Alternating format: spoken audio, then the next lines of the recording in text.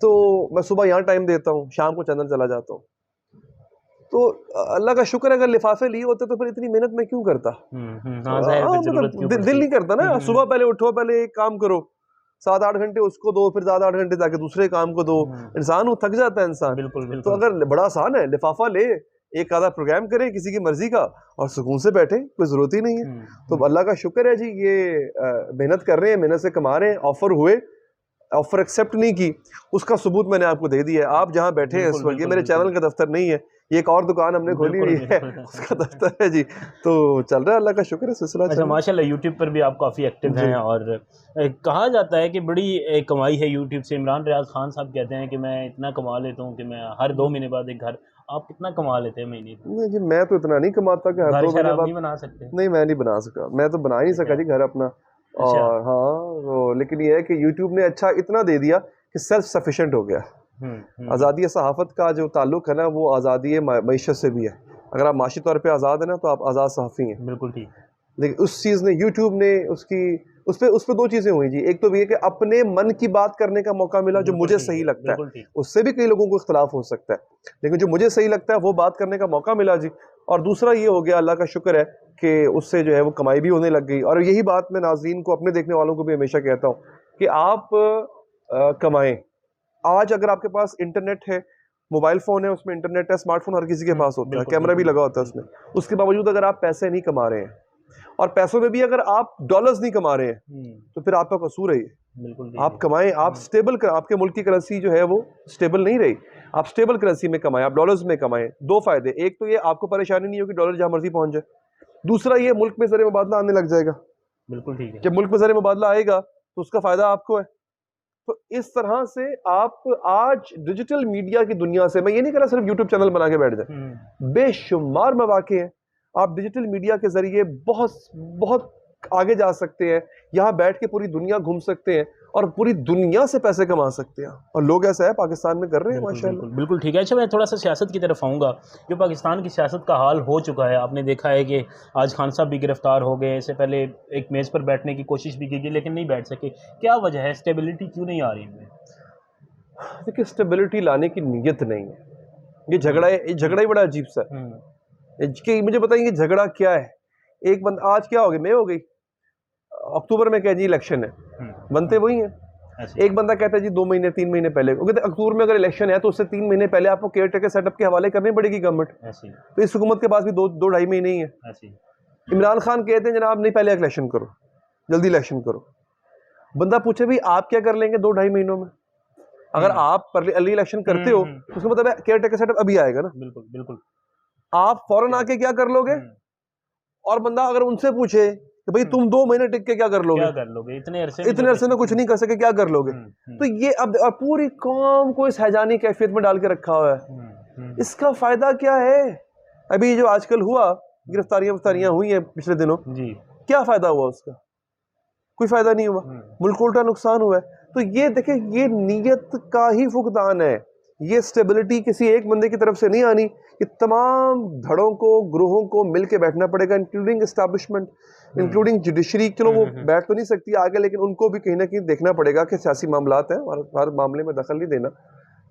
تو سب کو ایک بردباری سے. لیکن اگین جیسے کہ میں پہلے کہہ رہا ہوں کہ اس وقت انہی کے لیڈر نے, پی ڈی ایم کے لیڈر نے کہا تھا کہ سیاست نہیں دشمنی ہو رہی ہے.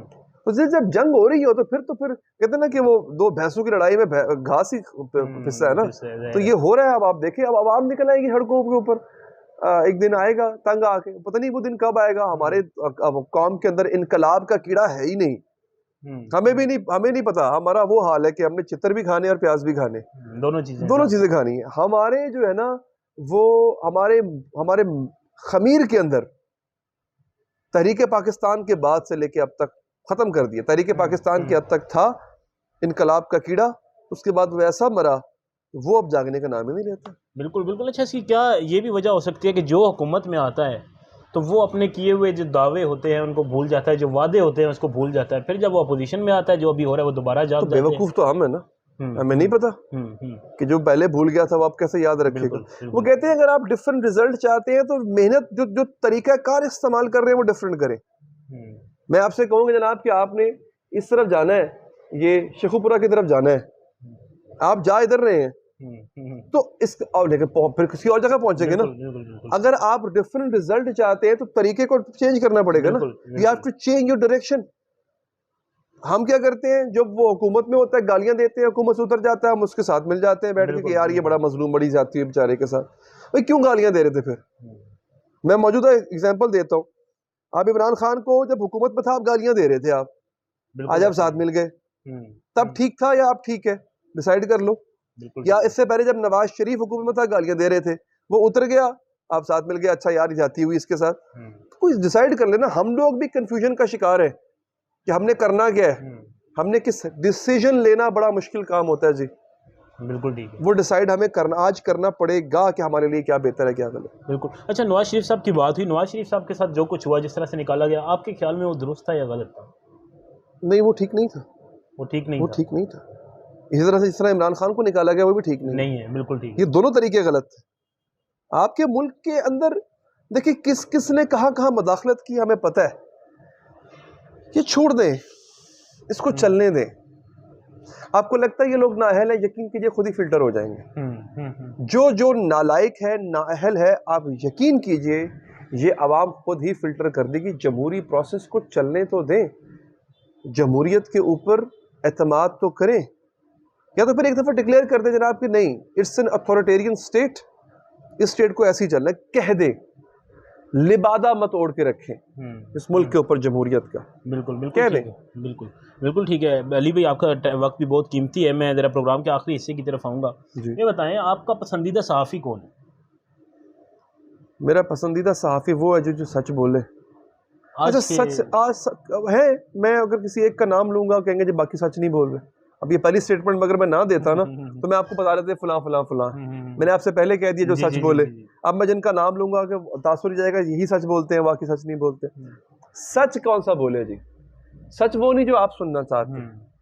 سچ بھی اپنی اپنی پسند کا ہوتا ہے. میں تو وہ سنوں گا جو میں چاہتا ہوں. ہاں, عوام سننا چاہتی ہے اپنی مرضی کا سچ. بالکل. سچ کسی کا مرضی کا نہیں ہوتا. سچ کی اپنی ایک حیت ہوتی ہے, سچ کا اپنا ایک سٹرکچر ہوتا ہے, وہ کسی کے سانچے میں ڈھلا ہوا نہیں ہوتا. ہمارے ہاں سچ بولا جاتا ہے عوام کی پسند کے سانچے, پاپولسٹ اپروچ لی جاتی ہے. وہ نہیں, جو سچ ہے وہ بولو. بعض لوگ ایسے ہیں جو سچ بول رہے ہیں, یقین بڑے عرصے سے بول رہے ہیں. پرابلم یہ ہے ان کو ریٹنگ نہیں مل رہی ہے, ان کے ویوز نہیں آ رہے ہیں کیونکہ وہ سچ بول رہے ہیں. ان کے تھمبنیل پہ چسکا نہیں نظر آئے گا, مسالہ نظر نہیں آئے گا آپ, لیکن وہ ہیں. انشاءاللہ میری نظر میں ہے, میں جانتا ہوں انشاءاللہ جس دن اس قوم نے سچ کا ساتھ دینا شروع کر دیا وہ صحافی صف اول کے صحافی ہوں گے. پھر میں بتاؤں گا کسی دوبارہ انٹرویو کر کے کہ جناب میں ان کو پسند کرتا ہوں. بالکل ٹھیک ہے. مستقبل آپ دیکھ رہے ہیں کسی کا بلاول بھٹو یا مریم نواز؟ دونوں. I think Bilawal. آپ دیکھ رہے ہیں when it comes to statesmanship Bilawal کی ٹریننگ زیادہ اچھی ہو رہی ہے بنسبتاً مریم کے. ٹھیک ہے. مریم کی جو ٹریننگ ہے وہ اسٹیٹسمین یا اسٹیٹس وومن کے طرز پہ نہیں ہو رہی ہے.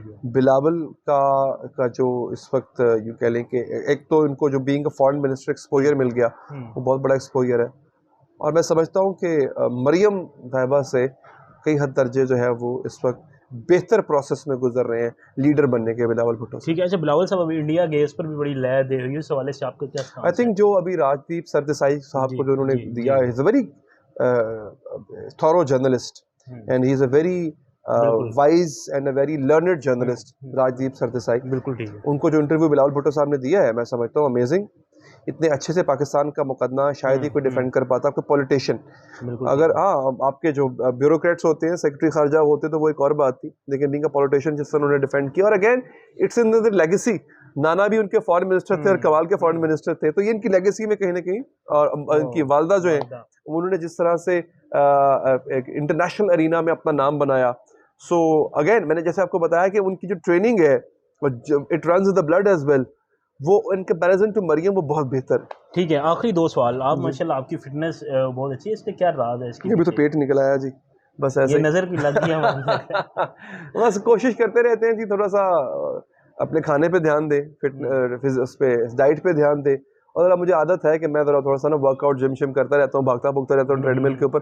اس کا فائدہ یہ ہوتا ہے کہ اب عمر کے اس حصے میں آ رہے ہیں ہم کہ اب آہستہ آہستہ اگر ہم یہ نہیں کریں گے تو جسم کے ساتھ ساتھ دماغ بھی سست ہونا شروع ہو جائے گا. اب کیوں بار بار یہ تاثر دینے کی کوشش کر رہے ہیں کہ اب آپ بوڑھے ہو داڑھی رہے ہیں؟ سفید ہو گئی ہے میری جی, داڑھی سفید ہو گئی ہے, لیکن نہیں بوڑھا نہیں ہوا.